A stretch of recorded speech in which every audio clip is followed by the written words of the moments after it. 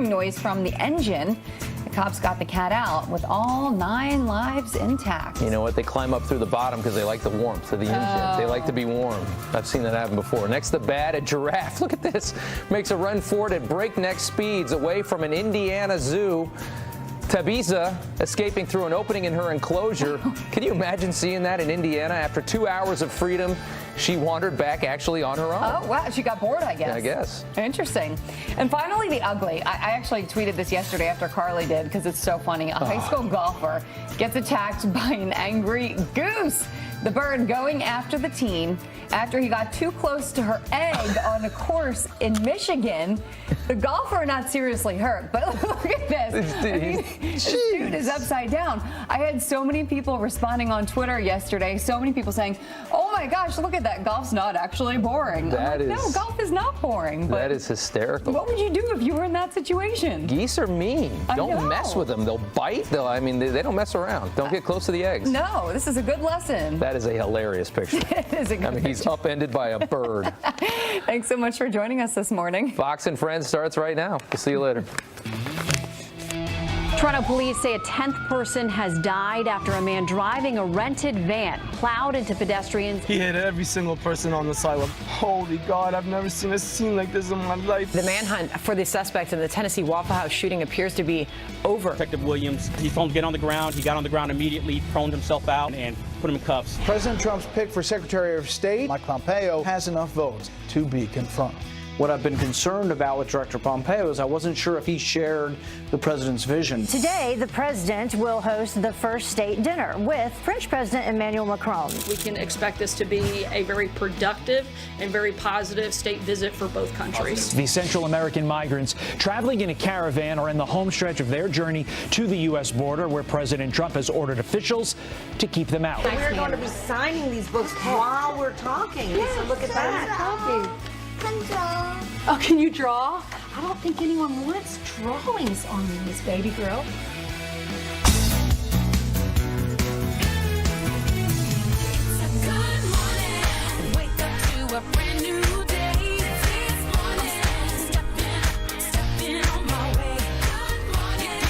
Oh, what a cheery way to start this Tuesday, live from New York City. It's Fox and Friends. Thank you very much. Brian, it's a very big day. We've got somebody special seated betwixt us. Right. I mean, it's always exciting to drop a book, to have a book out, but to do it on your life, what is that like? Am I crazy? What? Because this is... It's a great job. You did a great job. Like a memoir. Aren't you supposed to be like 70 when you release your memoirs? But they approached me about doing a book on my faith, and I can't say no to that. How can you say no? It's like God saying you need to do this. You can't say no to that. Right. So I am very vulnerable in here, and so I'm a little nervous about that. Right, but your dad's going to be here, and when your dad's here... Dad will be here. Hayden will be here today. Steve, we had a signing in his neck of the woods, like 2 minutes from his house, and so that was last night. So thanks for those who came out for the book signing the night before. And you're going to Bay Ridge, Brooklyn tonight? Brooklyn tonight. That's at Bookshop at 7:30. So the brand new Ainsley Earhart book, The Light Within Me, has published officially today. You can buy it everywhere. Thank you so Congratulations. much. Y'all are so sweet to support And this will be this. the first book in the Ainsley Earhart Library, which should be open in your hometown. It'll be fantastic. I definitely do not deserve a library. That's like soon. Presidential. There we go. Anyway, thank you very much for joining us on this very busy Tuesday, and we're starting this hour with the Fox News Alert.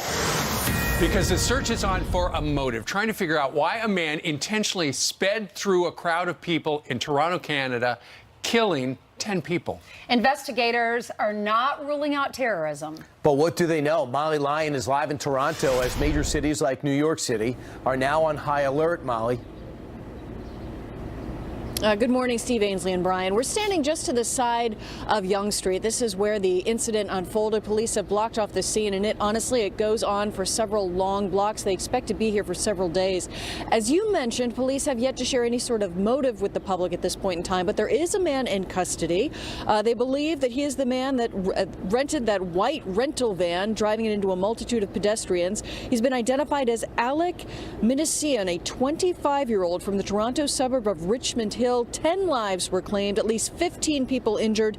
The brutal force of this large van leaving some dead at the scene, others fighting for their lives as they were rushed to hospitals to care for severe wounds.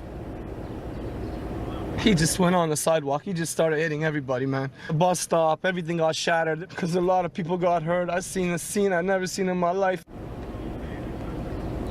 The van with extensive front end damage and bearing the logo for Ryder Truck Rentals finally stopped, and video at the scene showed the driver waving his hands an object at police officers. Soon that item was dropped and that man was ultimately taken into custody. American leaders have expressed solidarity. Vice President Mike Pence tweeted, "POTUS and I are closely monitoring the attack on innocent people in Toronto this afternoon. We are with the Canadian people tonight as they grieve the loss of life and injured. The American people stand shoulder to shoulder with our neighbors in Canada." Meanwhile, back in New York, counterterrorism officers have been deployed out of an abundance of caution, but at this point in time, quote, there is no known nexus to New York City. Ralph Goodale, the Minister of Public Safety up here in Canada, said there's no known national security link. Based on the information they have at this time, the suspect is expected to be in court at about 10 a.m. this morning. Back to you. All right, Molly, thanks, Molly. Thank you. So, clearly it was deliberate. It appeared to be intentional. As she said, no link to terror. But when he got out and the police came up, he said, "Kill me, kill me." And he had his hand out with the cell phone. He was looking for perhaps suicide by cop. Right. If you walk through Times Square, you can't do that anymore because there's these barriers there stopping any car from getting there. And Berlin, Barcelona, Nice, and New York City all have been hit by similar vehicle accidents, not accidents, for different reasons. Experts that we've had on the show have said if you're worried about that and you do travel to a big city, stay as close to the buildings when you're walking on the sidewalk. That's sad right. that we're at this point. No kidding. All right. Well, somebody traveled to the big city of Washington, D.C. yesterday. We're talking about French President Macron. There they are at Mount Vernon last night, Mr. Macron and his wife. By the way, on the menu last night at Mount Vernon, they had Dover sole, lemon curd, and asparagus. Delicious. By the way, in the main house, there's a room in Mount Vernon, the mansion, to the left. And I know they had to have gone there. You're not allowed to get in there. We're not allowed to get in there. But if you're the president of France and the president of the United States, you probably get in there. Sure. It's where George Washington and Lafayette laid out plans en route to the final Battle of Yorktown. Really? And Lafayette had an indispensable role, and that really built the friendship between our countries, obviously. Okay. And as chronicled in Hamilton, Rochambeau was also a key guy. Yes. So it was a great moment, and I remember Sarkozy said the first thing he did when he became president, he goes, "I got to go to Mount Vernon." And he went to Mount Vernon to visit, and that just lays the groundwork, which is probably going to be a productive 2 days. Yeah, we've had a great relationship with France since the revolution. These are two political newcomers. They have a lot of common interests. They respect one another, as Sarah Huckabee Sanders yesterday was saying. They're friends. Sure. And, we've seen them. Our president went over to France for Bastille Day, for those 2 days in France. They do have some differences, and they're going to be talking. That's on the agenda. Absolutely. Now, here's something important. Remember, it's been months ago, the President of the United States was complaining, hey, how come the United States is paying so much of the freight on NATO? And every country is supposed to pay at least 2%. That's a defense spending minimum.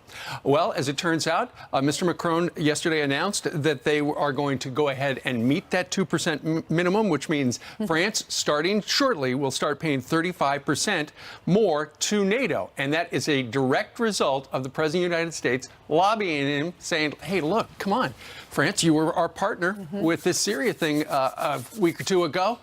How about some coughing up some more cash? Well, Mr. Macron, who's seen right there behind the president's desk in the Oval Room, said, okay. They said we will pay more going forward. So they're finally doing the threshold. And I tell you what, President Bush, President Obama, the first President Bush, Ronald Reagan, they all said the same thing. I don't mind being the #1 guy at NATO, but I can't be the only guy at NATO. You have to send a message to the Russians, then Soviet Union, that you're going to spend for your own defense. And I think France is stepping up, and there's a lot of people pushback in that country. Now, the question is, what are we going to give in? When it comes to Syria, they want us to stay. When it comes to the Iranian deal, when it comes to trade, they want an exemption.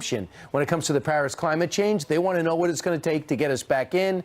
And when it comes to when it comes to Iran, they want us to stay. Right, but there might be a side deal. They said, listen, if we give you a side deal with Germany, would you stay in the Iranian deal for now as we try to make it better? because we got until May They'll be 12th discussing that to tonight. stay or go. This is the first state dinner that they have had in the White House since the president has taken office. And Melania, she's doing a lot of this behind the scenes by herself. She did the seating chart. There are 130 people that will be there tonight. She also came up with the menu that I understand is American cuisine with some hints of France. I heard she's amazing with this organization. Everything from the color and size of the cushions, whittling the guest list down from 350 to 120, deciding that no press will come and only one Democrat will attend, which is going against tradition for the most part, and it's the governor of Louisiana. All right, so we'll have highlights of that. In the meantime, yesterday at this time, it did not look good for Mike Pompeo regarding the Senate Foreign Relations Committee. It didn't, because every Democrat and Rand Paul were going to vote against him, we presumed. Well, as it turns out, the President of the United States called Rand a number of times, did some lobbying, got him, and he got some reassurances from Mr. Pompeo that he does agree with the president that Iraq was a mistake and got to get out of Afghanistan as quickly as possible. So then they started to have the vote, but they realized because Johnny Isaacson from Georgia was at a funeral, it would be a 10-10 tie. And that would not, then it wouldn't be a positive result. So, as it turns out, Chris Coons from Delaware, he voted present, and it did then advance to the full Senate. Well, there's really no reason not to confirm. He's a West Point grad, Harvard grad, 3-term congressman. The president supports him. It just didn't make sense for them not to. It was very political. Chairman of Foreign Relations, Bob Corker, was so moved that Chris Coons did that, bucked his party, and it shouldn't have come to that. But he's friends with Johnny Isaacson. They all are pretty much friends. And he says, Johnny's giving the eulogy at his best friend's funeral. Do we have to go back here at 11:30? Really? You know how he stands. Chris Coons says, listen, I'll handle it. I'm going to vote present. We're going to put it to the general floor, which means he's going to pass. Democrats who said they'll vote for him, Joe Manchin, Heidi Heitkamp, Joe Donnelly, all supporting him. On the fence is Chuck Schumer, Warner, Angus King, Claire McCaskill. So he's going to have votes. Right. But the thing is, and you're right, Ainsley, of Alabama. And look, we're used to getting 80 votes for a Secretary of State. But for some reason, it's just so partisan. I was watching Fox and Friends First, and they had a full screen up, or we call it a full screen. They had a chart up of all the people that have been confirmed in the past for Secretary of State. Unbelievable. Colin Powell, 100-0. I mean, they supported whoever the president wanted. They supported Condoleezza Rice, 85-13, Hillary Clinton, 94-2, and John Kerry, 94-3. Jillian, if we wanted to get that chart, how much would it cost us if we wanted that full screen? Because you're the one who made it. I did not make any of that. I did that segment. The headline is, I was watching you this morning. Thank you very much. Appreciate it. You did a great job. Thank you. If you could just tell us the full screen number, we'd like to use it next time. I'm thinking like, I don't know, $500, call it a day. You got it. Sound good? Fantastic. Okay, good It talk. covers your screen. It's the full screen. The full screen. All right, let's get you caught up on some of the stories that we're following, starting with this. The suspected Waffle House killer under arrest. Police finding 29-year-old Travis Reinking in a wooded area near the restaurant. Reinking's guns were taken from him last year after he was arrested near the White House, but his dad reportedly gave them back. That includes the AR-15 that was used in the Waffle House shooting, which was eventually stopped by a hero customer. That man, James Shaw Jr., will join us live on Fox and Friends later this morning. Former President George H.W. Bush hospitalized in intensive care just days after wife Barbara's funeral. The 41st Commander-in-Chief was said to be brokenhearted over her death. A spokesman says he has a blood infection but is responding well to treatment, adding, quote, the 41st president wants to go to Maine this summer. He's the most goal-oriented person on the planet, and I would not bet against him. The Senate delaying the confirmation hearing for VA Secretary nominee Ronnie Jackson. Lawmakers raising concerns over the White House doctor's qualifications and allegations of improper conduct. It's not clear if the hearing, originally set for tomorrow, will be rescheduled or postponed indefinitely. Jackson was picked to succeed David Shulkin, an Obama-era holdover fired by President Trump late last month. It's a boy, but we still don't know what to call the new royal baby. Prince William and the Duchess of Cambridge haven't announced the little prince's name yet. The top three bets, Arthur, James, and Albert. But check out little sister Princess Charlotte stealing the show outside of the hospital with a smile and a royal wave. How cute. Mom Kate showing off the baby in a red dress similar to the one Princess Diana wore after Harry was born. Is that by mistake, or is that just coincidental? I think that honor Harry, because he's getting married in a few weeks. Do you guys have a bet on a name? I'm thinking Andrew. Andrew. Okay. Very Charles well. or Philip? Okay. I think Charles. Rocky. Oh, Charles. I think probably Rocky. Yeah, Rocky? Not used Charles. recently. Right. Apollo. Maybe Apollo, like the dog. Maybe my other dog. Right. Yeah. Thank you very much, Jillian. All right, thanks, Jillian. See if we can get us that full screen number. Meanwhile, coming up straight ahead over the next 2 hours and 15 minutes. First, they wanted to disarm the police and our military. Now, one socialist group has a new target, the ROTC. Fantastic. And dozens of businesses are giving workers bonuses thanks to the president's tax cut. But our next guest has uncovered a plot by the left to sabotage the economy. Former Labor Secretary nominee Andy Buzzer here to explain. Andy, come on out. You're the next contestant. Please come. On Fox. There he is.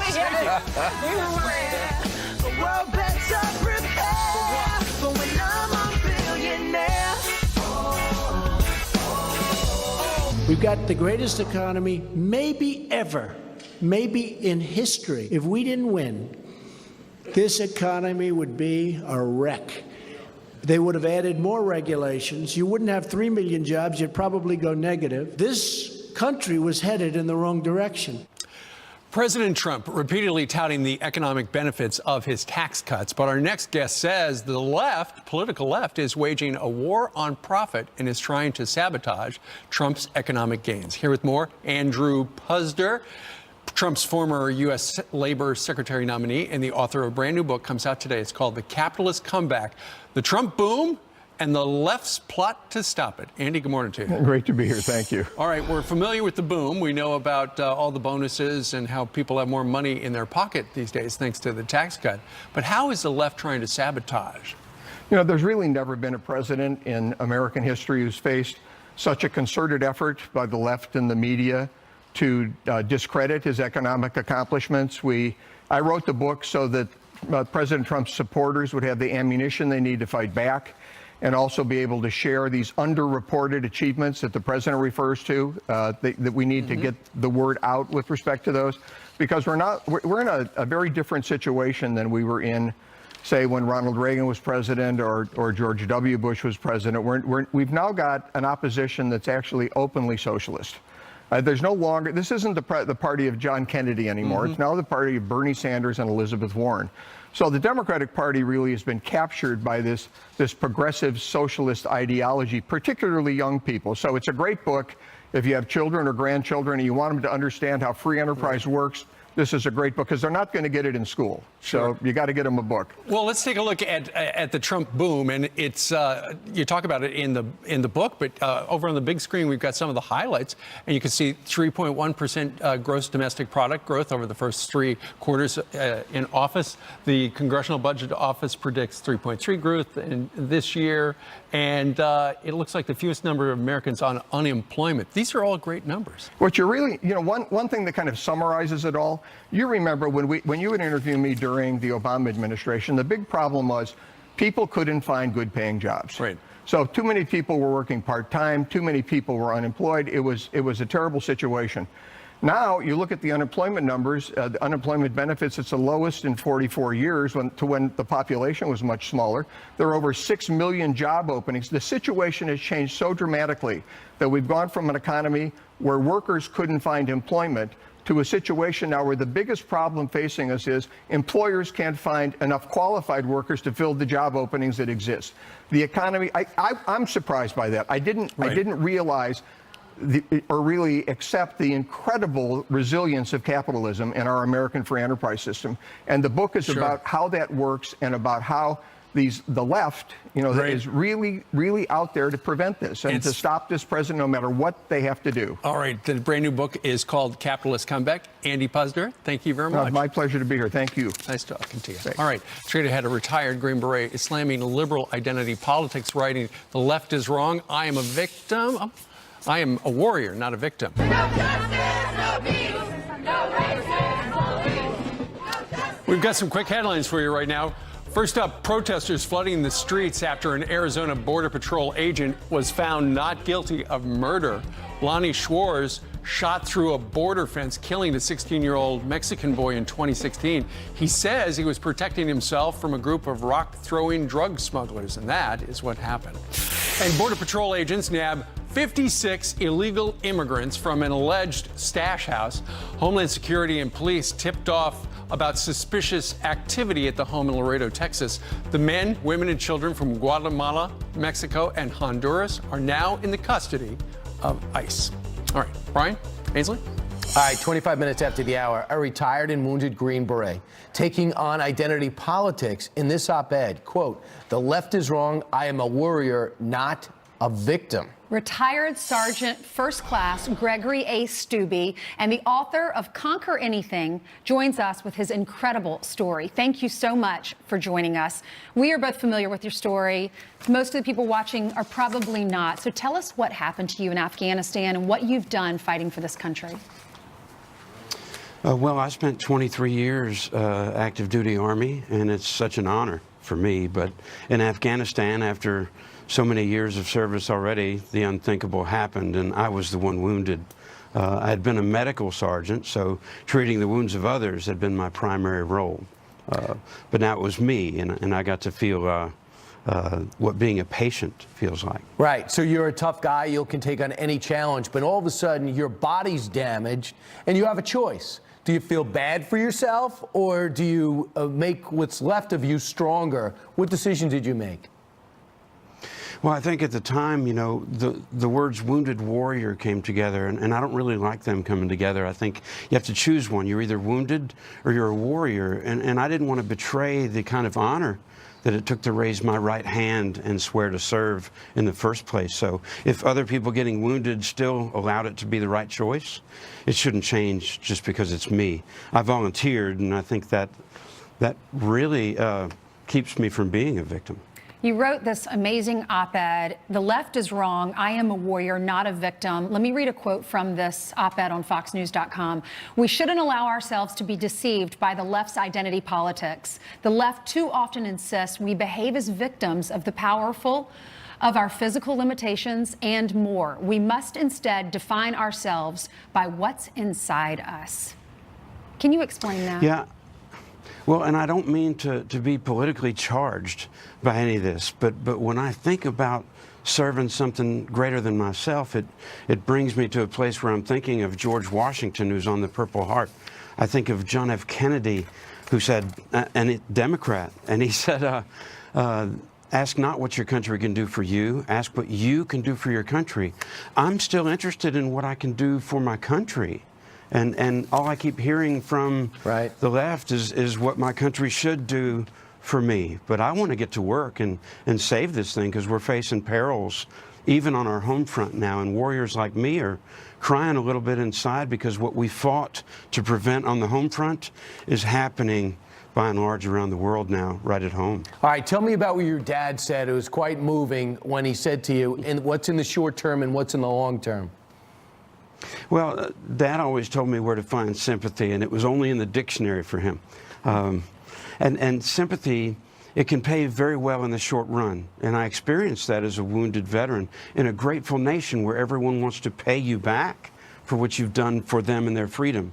I feel bad for Vietnam veterans, and I want to say welcome home to them. Some of them haven't heard that yet.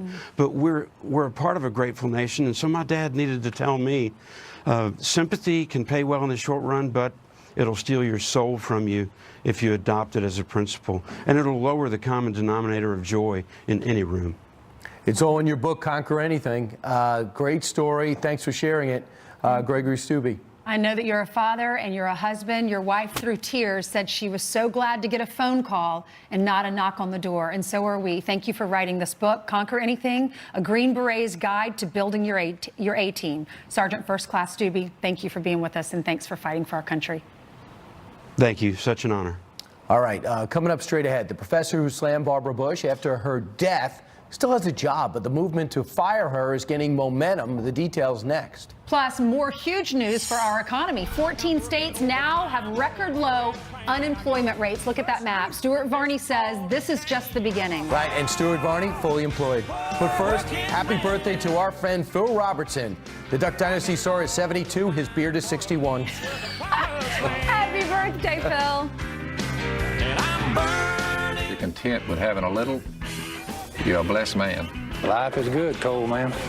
Life is real good. I'll run the wind. say, oh, this is how it starts. Lightning strikes the heart. It goes off the HarperCollins was smart enough to sign Ainsley for her latest book. This is about her life. It's called The Light Within Me, meaning her. It's Ainsley Hurd. That's her on the cover. Good choice on the cover, by the way. Thank you so much. HarperCollins came to me and they said, we know that you talk about your faith on air. You have this light within you. We would love to share that with the world. So anyway, I am so honored and humbled to have this to share with you. This was last night. We had a book signing out in Steve's. Is that Joe Torre? That's it does. Yeah, you're right at first. That was Walter from Bookends in Ridgewood, New Jersey. They had a big signing last night. A lot of folks from northern New Jersey. In fact, if you drop the banner, there's Ainsley right there. We're doing a selfie with the big crowd. With Steve. Well, I think more people were excited to see Steve than they were me because that's his neighborhood and they were wonderful and I really appreciate it. Please join us tonight in Brooklyn. We'll be in Bay Ridge at Bookshop at 7:30. Friday, Boiling Springs Baptist Church in South Carolina at 5:30. I'm doing the show down there at the University of South Carolina on Friday. Then I'll drive to Spartanburg, do the book signing, and then drive back to my hometown on Saturday. Okay. And that's Barnes & Noble at 2 o'clock in Columbia, South Carolina. And you're going to your people with your story. New Jersey on May 6th. And Sunday, you're going to be in North Vale, New Jersey at Books and Greetings. So if you'd like to get a book and have greetings for Ainsley, you're going to be able to have your chance this week. Dad's coming on the show. My dad and my daughter will be on the show a little later. All right, right. Meanwhile, all right, so we'll find out more about that. Meanwhile, Stuart Varney's been waiting patiently here, knowing he missed the signing in New Jersey. You're the host of Varney and Company. I did. I'll sign it for you. Thank you very much indeed, man. Thank you very much. So, stunning numbers. 14 states. Yes. 14 states are recorded record low, including one that was record high, Hawaii. Yes. Record low unemployment. Record low, just over 2% in Hawaii. Extraordinary stuff. Look, this is more clear evidence that the Trump economy is a fully employed economy and expanding fast. Just get these people back in the workforce, too. Prosperity extends all across the board here, including to states which did not vote for Donald Trump. California, Oregon. Do you think they say thank you, Mr. Trump, for what he's done for the economy? I think not. But what we've got here is a fully employed economy. There are, let's see now, we've got, we have Maine, Nebraska, Idaho, Iowa, all with an unemployment rate below 3%. That's fantastic. Extraordinary. That's a record low. The problem is not new jobs. It's finding qualified workers to fill the positions that are currently available. Are wages going up? Wages are going up, but not fast enough. I think they'll go up much faster later this year as this labor shortage has to be filled by people moving from one job to another. Well, Bernie Sanders wants the minimum wage to go up to at least $15 an hour, and he wants the federal government to guarantee everybody who wants a job should get one, and they'll be paid that. It's called a vote buying operation. That's what it is. $15 an hour, a government job with benefits guaranteed by the government. Who pays for that? I have a clue. Same people that pay for free college. I'm sure it will be tax the rich because the rich should be paying their fair share. In fact, the rich already pay the vast majority of taxes in this country. And I'm sure that Bernie Sanders will be saying a guaranteed job for all paid for by the rich. Is that even possible to do? Is it possible to even guarantee that there'll be jobs for everyone? No. It's like free college for Frankly, everyone? it's not. I don't think it is. And can you imagine the vast bureaucracy which you will have to create to provide a government-guaranteed job for everyone? Another big bureaucracy. You'll never get rid of it. And do we need it? At a time when this economy is a fully employed economy, along comes Bernie Sanders and says, oh, $15 an hour plus benefits for any job that we will guarantee. He's also talking about automatic, everybody gets $1,000 a month. Is that in his That's deal? That's a politician who's come up with universal pay. And he was on my show yesterday. Right. His name is Yang, and he wants $1,000 per month from the government to every single adult between the age of 18 and 64. He says it'll cost $2 trillion. And you say that, too, is vote buying. Oh, are you kidding me? Of course it is. Stuart Varney, thank you very much for joining us live. Thank you. Got to put value in work, or else we're all screwed. That's true. Yes, thank you very much. Varney and Company comes up between 9 and noon. I look forward to that. And Ainsley's on the show this morning. I am. I'm going to be on the show. She is. 9:45. Thank you. Okay. I love coming on there. I know you don't usually do this because it's all about you, Varney, but could you toss to Jillian? Jillian. It's yours. Oh, thank you very much. That's how you do it, right there. Oh, isn't he good? Fabulous. Best toss ever. Good morning to you. Let's get you caught up on some of the stories we're following. A young mother is killed when a wrong-way driver slams into her car head-on at full speed. The terrifying moments caught on camera.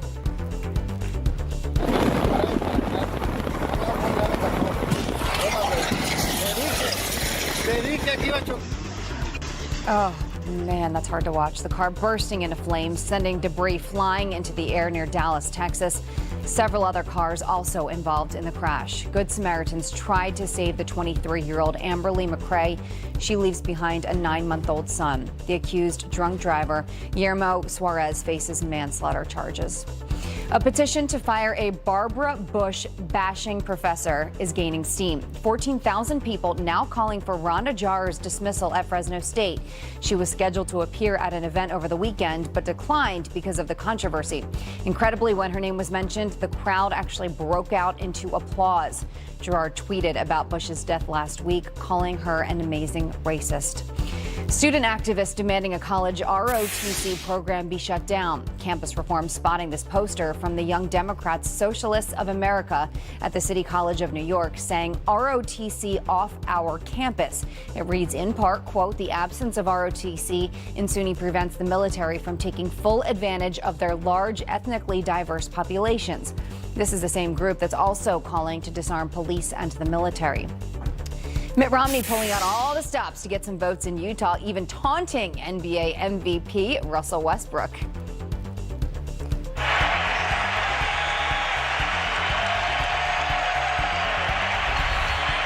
Russell coming back after the made Ingles 3, trying to find an angle. And you can read his lips. He's saying that's 4. The Senate candidate throwing up 4 fingers after Westbrook picked up a 4th foul during a playoff matchup between the Utah Jazz and Oklahoma City Thunder. Romney rocking a custom Jazz jersey courtside as his team took a 3-1 series lead. You know who also has a 3-1 series lead? Philadelphia. Yes. By the way. Hello. By the way, I think Mitt Romney went to the gift shop after. I don't think you leave the house wearing the tank top over the jean shirt. Am I correct? It was personalized. I think it had his name. Oh, really? I love the heckling. I think that's pretty funny. Right. All right. That's very un-Romney-like. I know, right? There you go. But he's running for something. All right. She's number 1. She's Dan the Team. She's got the weather. That's so nice. No heckling. Let's take a look at the maps right now. Current temperatures 47 in New York. We're getting there. It feels like springtime finally across the Northeast, but we're going to deal with a few showers across the Northeast overnight tonight into tomorrow. That could bring kind of a wet, soggy commute tomorrow morning. And then we're also dealing with a storm system across the plains. It's going to bring kind of a mix of rain and a little bit of snow. It's almost over. What? I know. Yeah, just a little bit of snow. Sorry, that's my microphone making that noise with all my hair. Pull my hair back. Okay, there you go, Thank Toba. you. See what happens sometimes when we run our microphones, if we have long hair, it makes noise. I'm sorry, Toba. Forecast temperatures right there, 53, 54 in New York. We'll take it. A little bit of rain in the forecast, but you know what? It's springtime here in New York. Yeah. Thank goodness, even though there is a possibility of snow. Beautiful day yesterday. All right. Thank Why didn't you just lead with that? The springtime in New Yeah. York. Because you got to end. You got to with be the prepared. Right. You got to wear the right clothes. Just be careful of microphones and long hair. There you go. Okay. All right, I'll keep That's that your in mind. advice of the day. That's could why Brian happen. doesn't grow his out. Exactly. All right, 19 minutes before the top of the hour. First, he said he loved the way Candace Owens thinks. Now it looks like Kanye West is a fan of President Trump. I do love Donald Trump. Kanye West. Quote, I love Donald Trump. What about Candace Owens? What does she think about what Kanye thinks about, he thinks about Donald Trump? We'll ask. I'm confused about that. So much. Plus, the House Intel chair says the Russia collusion probe is not based on any official intel. Does that mean the investigation is tainted and political? All rise. We're going to ask the judge that. He's next on Fox and Friends. Hey, Judge.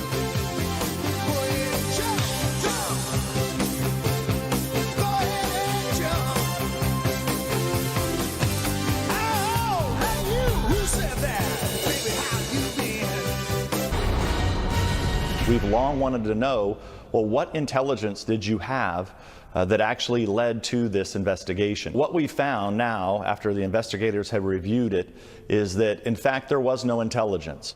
Wow. No intelligence. Bombshell from Mr. Nunes. What does this mean for the collusion investigation? Here with Inside Fox News senior judicial analyst and Judge Andrew Napolitano. Judge, what exactly didn't he find? What does he mean, no intelligence? Right. This is why it's a little troublesome. They weren't blank pages. No, they weren't blank pages. We don't know what's there. Congressman Nunes, as the chair of the House Select Committee on Intelligence, enjoys the highest security clearance. Same security clearance as the head of the CIA or the president or the head of the FBI. Gets to see everything.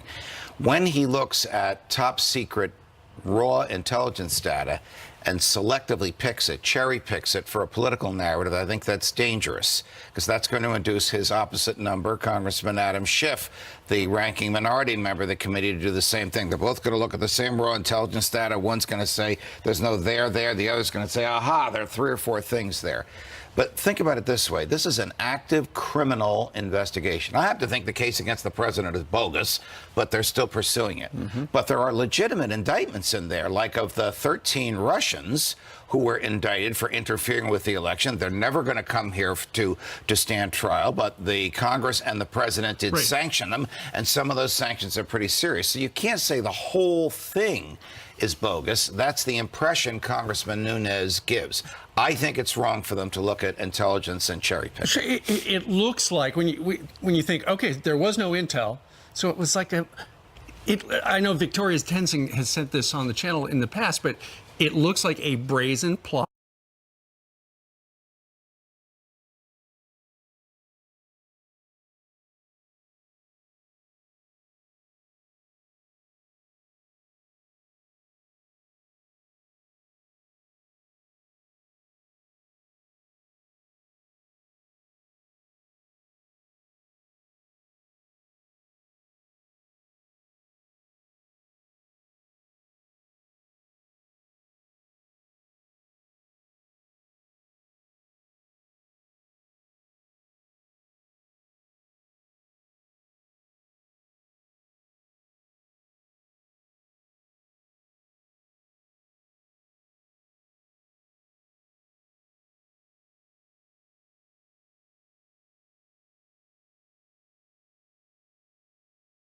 Take the subpoena to a federal judge who'd quash the subpoena. You cannot interfere with a criminal investigation midstream. You'll tip off the potential defendants, and you'll scare off witnesses, and you'll frustrate investigators. That's what's going on here. Thank you, Judge. How this ends, Ryan? Will it ever end? Will it end? That's the question. Listen, we learned last week they were listening to the president's phone calls while he was talking to his lawyer. And Rudy said he'd like to have it done in 2 weeks. Judge, thank you very much. All the best. All right, straight ahead. Next hour, the hero who disarmed the gunman at the Waffle House and saved many lives. He will join us live. Plus, Candace Owens broke the internet, getting star support from Kanye West after her message for Black Lives Matter. Now, both of them are facing backlash from the left. Candace is here to respond. Next.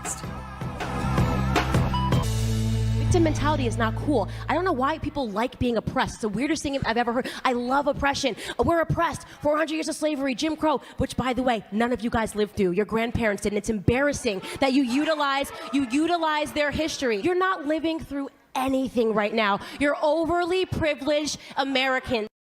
Wow, conservative activist Candace Owens calling out Black Lives Matter protesters who look to disarm her. They caught the attention of rap megastar Kanye West, who said he loves the way Candace thinks, and since his tweet, both he and Owens have received major blowback. Here with more on how she's responding to those attacks is communications director for Turning Point herself, Candace Owens. Candace, first off, when did you actually respond to that heckler? When was it posted, and when did Kanye West get involved? So this was just last Friday, so all of this has transpired pretty quickly, and then his tweet went out, I believe, on Saturday, and it's been an absolute firestorm since. And when Kanye West said, I like the way you think, when you looked at it, did you think, oh, that can't possibly be him? Somebody actually sent it to me in a text, and I thought they were pranking me because I've spoken about Kanye West so much early on in my career here. I've said that he is the only person that is in hip-hop or that has a public stage that is willing to think independently. So I was just surprised. What do you think about your message that he saw, Kanye West saw, that appeals to him, that he goes, yeah, I'm with her on that? I do not subscribe to groupthink. I think independently. I'm a free thinker, and I don't believe that because I have a certain skin tone that I absolutely have to subscribe to all these ideas, which on paper do not make any sense whatsoever. Once I read what Kanye tweeted, I thought, I wonder, since he's getting backlash, if he regrets that. But then Ebro Darden from Hot 97, the hip hop DJ, famous DJ, he talked to Kanye, and this is what he said. Kanye said he doubled down basically on Trump. Listen. He said, I do love Donald Trump. Kanye West, quote, I love Donald Trump. That's what I was going to ask you. People are saying that he's been saying he loves Donald Trump. Yes. And he said it. I love Donald Trump. Candace, why is that so shocking? It's not shocking whatsoever to me. If you've been following Kanye West's career, Kanye West has always been an outlier in terms of having his own mind and thinking his own thoughts. They told Kanye that he couldn't be in fashion, so he created an entire brand. They told Kanye that he couldn't like Kim, so he married her. Okay, so this is no surprise whatsoever. This is who Kanye West is fundamentally, a free thinker. You know, he's the same guy who said George Bush doesn't like black people at a telethon for victims of Katrina. Yes, absolutely. And I hear people saying that all the time, as if people are not allowed to evolve and have their ideas evolve over time. And I hate that. That's exactly the idea that the left has, is that once you say something, you must always stick to it. I never you took can't it back. form your opinions over time. Right. And I understand that, but that's something that I was 2 years ago a liberal. Right. So is that how we work now on the right? That we say that if you have a certain idea, you can never evolve away from it with time. So I think that's a ridiculous offense that they keep launching towards him. Sure. Candace, exit question. What have you learned about speaking out at UCLA, the firestorm that ensued, and Kanye backing you? I've learned that the left would like their slaves back. They've created a system where black people are ideological slaves, and we tested this theory very quickly. He simply said 7 words, I like the way Candace Owens thinks, and this became a front news story across every single platform that you could possibly dream of, and that is only because he is not allowed to think differently as a black man. All right. Candace, we thank you very much for coming on live and telling us your story. Candace, stay strong. I know this has been a difficult week for you. Thanks for coming on. Thank you guys so much. You bet. All right, coming up straight ahead over the next 2 hours, it's going to be easy to interview Senator Cory Gardner, talk about foreign relations, and Mike Pompeo. Ian Bremmer is going to be here live, a deep thinking book. Dr. Oz saves people from burning buses. Anthony Scaramucci would have if he had been there.